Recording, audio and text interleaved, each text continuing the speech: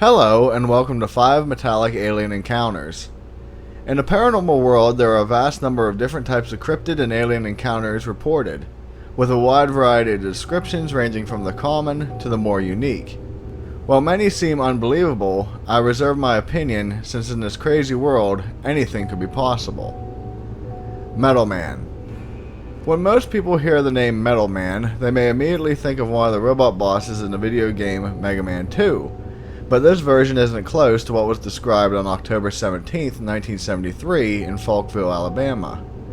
At 10 o'clock at night, a 26-year-old chief of police named Jeff Greenhaw was called by an anonymous caller claiming a UFO had landed in a field outside town. Jeff got in his truck after radioing in that he was responding to a call and proceeded to the scene. Once there, he circled the field's perimeter multiple times without seeing anything. Just before he was about to leave, he decided to go down a small gravel road, to which his headlights caught something strange. 75 feet away from his vehicle, he saw a humanoid being standing in the middle of the road. He shouted to the creature, but it didn't respond, all the while walking up to the strange sight. At about 15 feet from it, he noticed it wasn't human at all. Mr. Greenhaw described the being as being covered in something that looked like thick aluminum, was the size of a child, had an antenna on his head, and moved in a jerky robotic movement. Jeff took out his Polaroid camera and took 4 pictures of what he was seeing. At this point, the being turned and started running across the field at a speed Jeff reported was unhuman. In fact, he got in his truck to follow the creature at 35 miles an hour, only due to the terrain, and he was unable to catch up to it. During this chase, Jeff lost control of his truck and crashed into a ditch, to where the Metal Man disappeared into the tree line. Many write off this report as a hoax, but after telling of the event, Mr. Greenhaw lost his job, his marriage fell apart, and later his house was burned down. He gained nothing from this encounter other than heartache. The La Rubia Encounter. With this encounter, we take a step from unique to the extremely odd. On September 15, 1977, in Brazil, a bus driver named Antonio Larrubia came across a strange gray hat-shaped object that was 250 feet across, sitting on the road. Frightened, Antonio tried to flee the area, but found he was paralyzed by a blue light and unable to do so. It was at this point that 3 robot-like entities surrounded him with the intent of taking him aboard their craft. Larrubia described them as being 4 feet tall, with heads that looked like footballs on end, with blue-tinted mirrors circling the head. They had a small spinning antenna coming from the top of their helmet, and their bodies were the color of dull aluminum, covered in scales. Their arms were long like an elephant's trunk that ended in one single finger, and their bodies rested on a pedestal base that looked like a saucer. During his encounter, he noted that they all wore a belt outfitted with multiple syringes, which they used to levitate his body or conduct experiments. In his claims, he stated at one point he was able to force out the words, "What do you want? Who are you?" To which all the beings collapsed to the floor holding their antennas, as if his voice hurt their ears. After this event, they drew his blood and put it into a device he described as looking like a piano. With a flip of a switch, they showed him images of factories of robots building UFOs, a train, busy streets, himself naked, as well as one of his captors being melted by the barks of an angry dog. Not long after this, he found himself crashing to the road and looked up in time to see the craft quietly floating away. Upon inspection, he found he had all his possessions, but his watch had stopped. I know I said I would keep my opinion to myself, but this case is every sign that it was all a hallucination. That would be the case if I hadn't read that, oddly enough, at a later date, a similar experience and similar beings were reported in China. Kelly Hopkinsville Goblin. I'm not really going to go into this topic too much, since I have covered it in a previous video, but certain things about the event play a part here.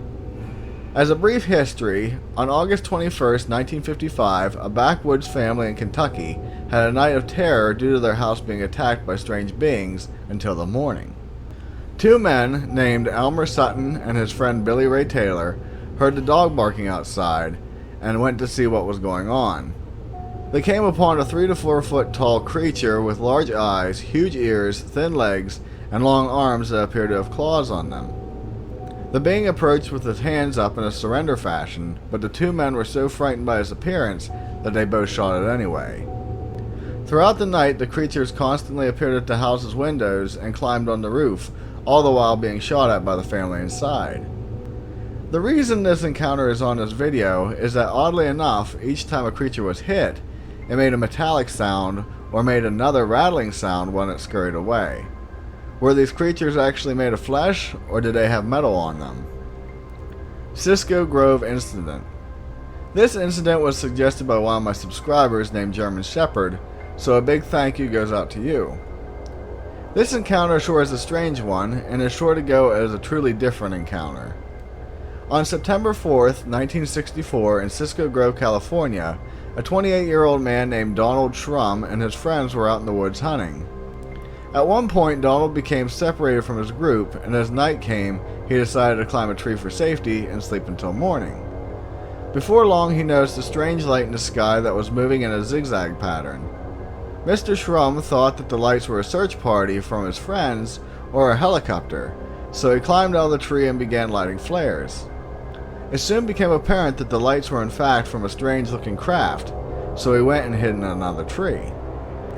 Not long after this, he saw three strange beings approaching the tree he was in, with two being humanoid and the third looking like a human robot. The beings started shaking the tree trying to dislodge Donald, and once this became unsuccessful, the robot started to exude a white vapor from its mouth, which caused Mr. Schrum to fall unconscious when he breathed it in. When he came to, he started to panic and began to strike back at the beings. At first, he tried throwing lit matches, but then grabbed his bow and leashed an arrow at the robot. As soon as it struck, it made a bright spark, which meant he had hit metal. A second robot came out and subdued Donald with the smoke again. This time when he awoke, he saw in terror that the two humanoid beings were trying to climb up the tree. Donald was able to stop their progress by shaking the tree and throwing objects on hand at them. All night this event took place until more beings came and completely enveloped the area in white smoke, causing Mr. Schrum to black out completely. This time when he awoke, only his belt was keeping him in the tree, and the assailants were gone. Donald was later rescued, and a few of his friends collaborated the story of seeing a strange UFO that night. Flatwoods Monster. This is probably one of the most well-known alien encounters reported, as well as it being completely different than that of any normal grays. On September 12, 1952, in the area of Flatwoods, West Virginia, a group of 7 had the experience of a lifetime.